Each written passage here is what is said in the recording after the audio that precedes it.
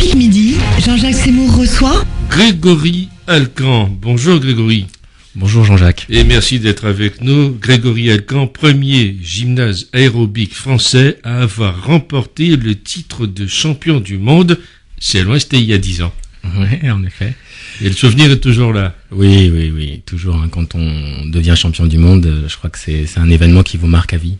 Oui, voilà. Et donc aujourd'hui, eh bien, un gymnase qui est un gymnase de haut niveau, ça c'est très important à dire, qui est en reconversion pour des projets socio-sportifs, culturels, innovants, en direction des enfants, en direction aussi des jeunes adultes qui sont fragilisés par la vie, fragilisés dans les quartiers, pas seulement en France d'ailleurs, mais aussi outre-mer et dans d'autres pays que vous avez visités, comme l'Afrique du Sud ou comme l'Iran, où vous avez travaillé. En fait, Grégory Alcan, qui êtes-vous et que défendez-vous? Alors, je suis né à Gonesse, j'ai grandi à Villiers-le-Bel, puis ensuite j'ai déménagé à Créteil à l'âge de 7 ans, 8 ans. Donc j'ai eu la chance d'être dans une commune où il y avait une forte volonté politique de développer ou de créer du champion.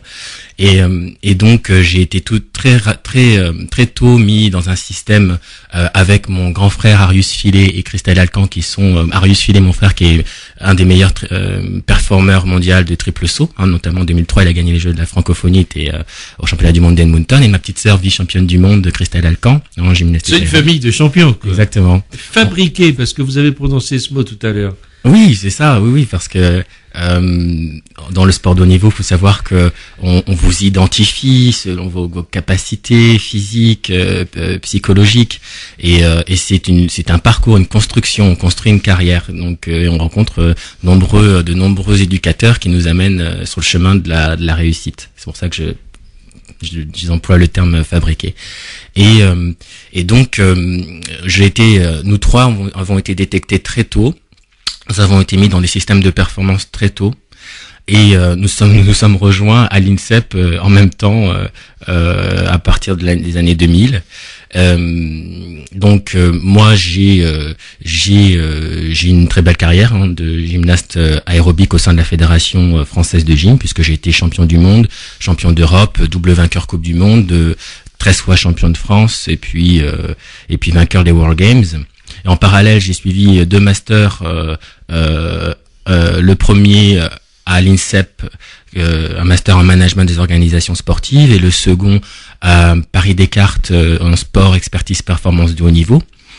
Donc Grégory Alcan, c'est la tête et les jambes. Ah oui. Complètement. Parce que très jeune, après mon bac, après l'obtention de mon bac, je savais que je voulais devenir un technicien sportif de performance, et l'INSEP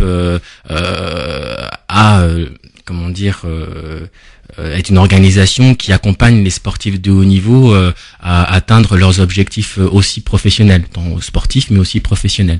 Et donc j'ai été amené à m'impliquer dans différentes expériences pro, comme développeur, hein. J'ai été conseiller d'animation sportive à la direction départementale cohésion sociale du Val-de-Marne. J'ai été aussi formateur au CREPS Île-de-France de Châtenay-Malabry, hein, dans les métiers de la forme.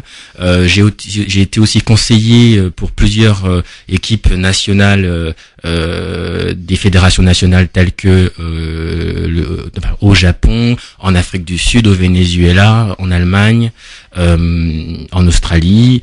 En fait, vous avez une passion qui vous habite complètement et que vous diffusez exactement, partout. Qui m'a amené finalement à être embauché par le gouvernement iranien via le ministère des Sports et le Comité national olympique pour une mission d'entraîneur national. Donc voilà, qui a duré 4 ans et donc avec un résultat très positif, puisque l'équipe était 30e mondiale en 2008 et s'est retrouvée au 5e rang mondial en 2012 au championnat du monde de Sofia Voilà. Et ceci grâce à un jeune Martiniquais, on va le dire comme ça. Alors, il y a eu l'Iran et puis il y a l'Afrique du Sud aussi. Oui, alors je reviens d'Afrique du Sud où j'ai intégré la prestigieuse compagnie Vianney qui fêtait ses 15 ans de fonctionnement, d'existence. Faut savoir, c'est la compagnie qui s'est créée juste après l'apartheid, donc lourd de sens. Et je l'ai intégré en tant que guest, en tant qu'invité. Et c'était ma première expérience dans une grosse production artistique. Et j'étais très fier d'y participer.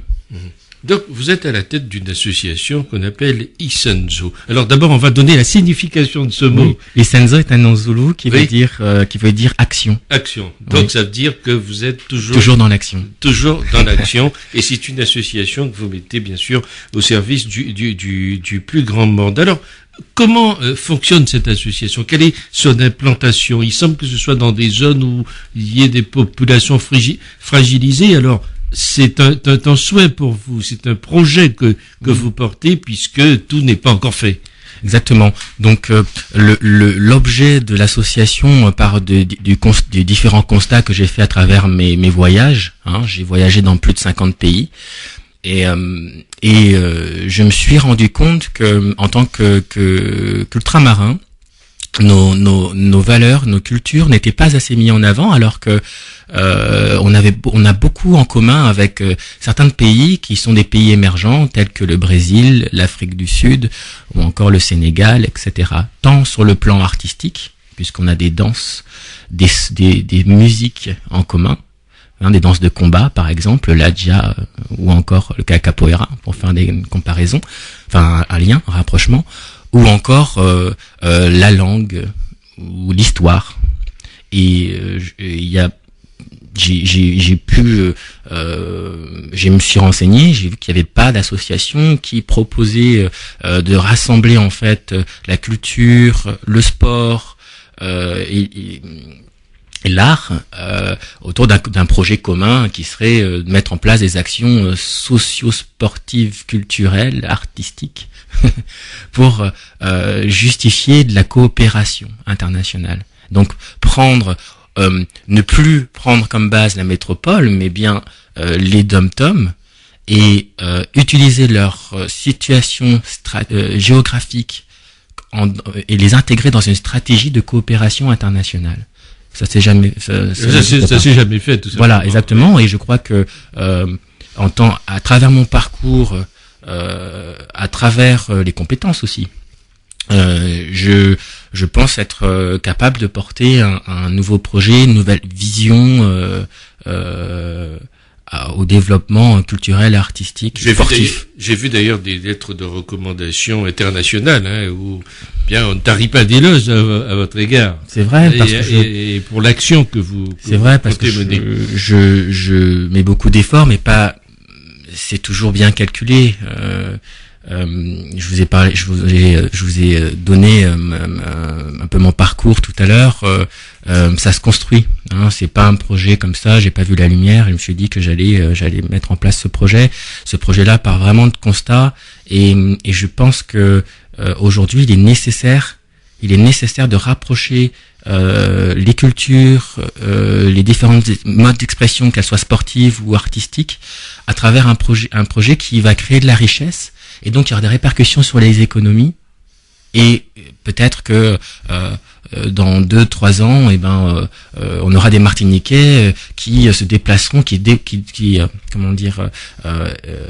délocaliseront leur entreprise ou mettront en valeur leur culture, par exemple au Moyen-Orient, pourquoi pas à Dubaï ou au Qatar ou en Afrique du Sud ou au Brésil. Vous voyez, ceci est ouvert. Voilà, exactement. Ça n'est pas que sur le champ sportif, mais vraiment prendre le sport comme outil, comme support, comme un outil pour démontrer qu'il est possible de faire des choses et que si il y a une vraie volonté politique, qu'il y a une stratégie pertinente, qu'on peut finalement tout faire, comme je l'ai fait moi à travers mon parcours. Vous êtes un ultramarin, vous avez rencontré le ministre de l'Outre-mer, qu'est-ce qu'il pense de ce projet? Pas encore, mais je pense que d'ici à court terme, oui. J'espère rencontrer Madame la ministre bientôt. Et vous travaillez avec qui aujourd'hui? Des associations partenaires? Alors, j'ai actuellement la Fondation du Sport Français. Je suis en pourparlers avec la Fondation du Sport Français qui devrait soutenir mon projet associatif.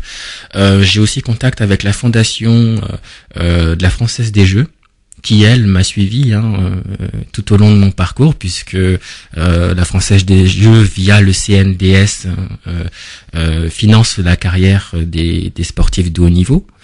Donc moi, elle m'a permis de mener à bien mon projet académique et sportif et social aussi, parce qu'il a bien fallu que je vive en parallèle de tout ça.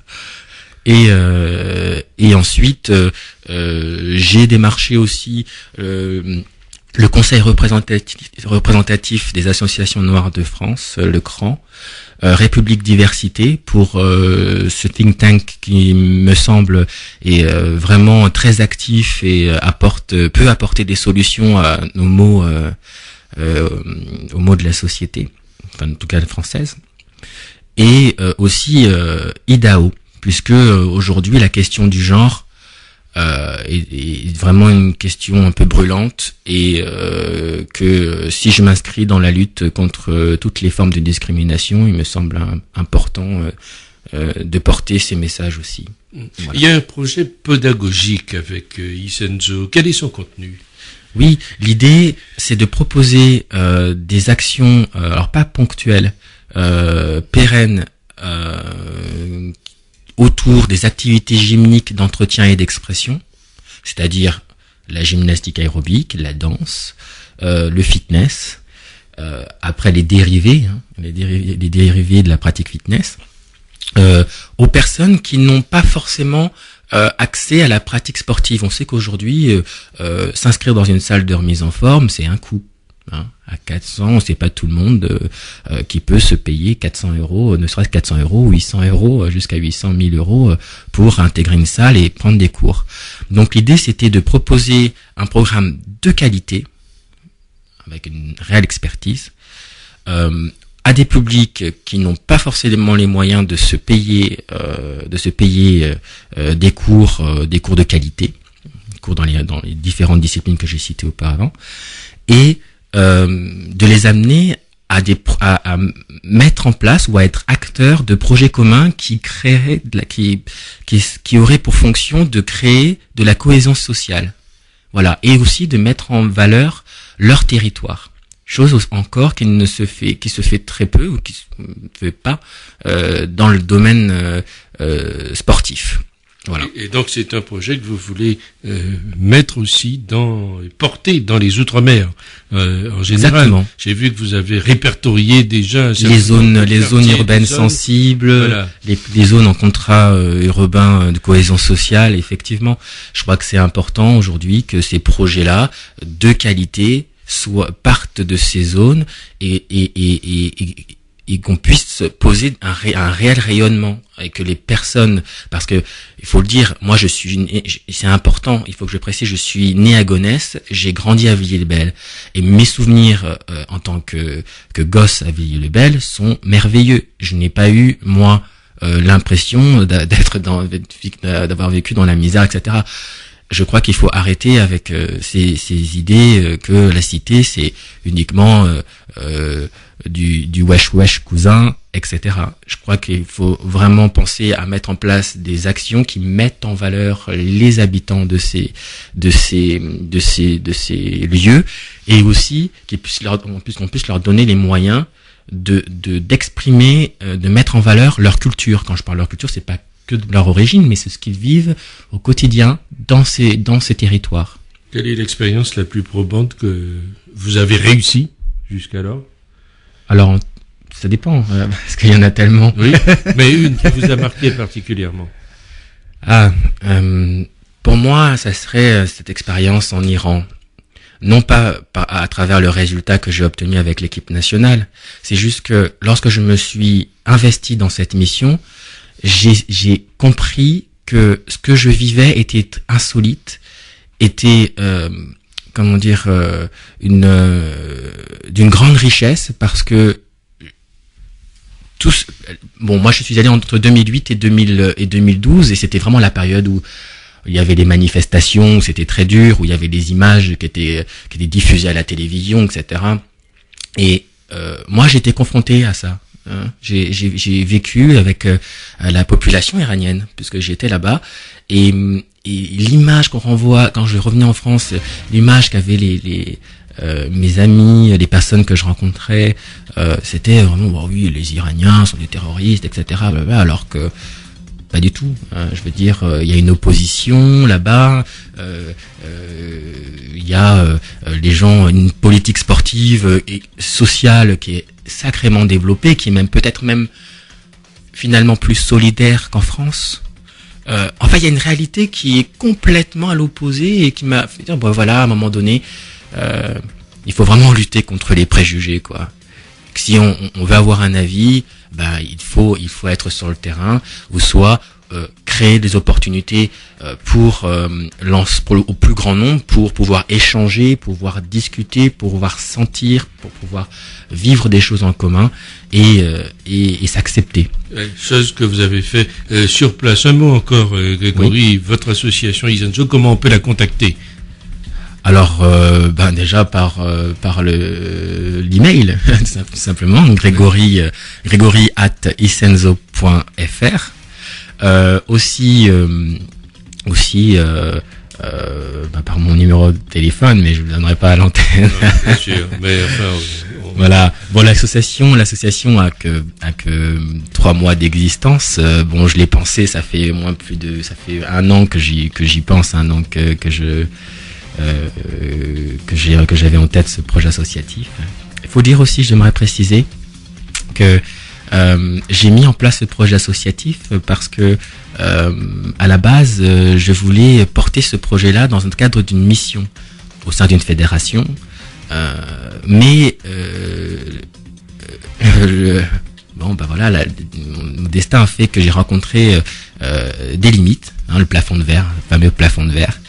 Et que lorsque vous cumulez des compétences, les diplômes, c'est pas acquis, quoi. Il faut toujours se battre, et même en tant que martiniquais, ultramarin, afro-caribéen, je suis confronté tous les jours aussi à la discrimination. Ça, c'est important, il faut le signaler. Donc, même quand vous validez par des expériences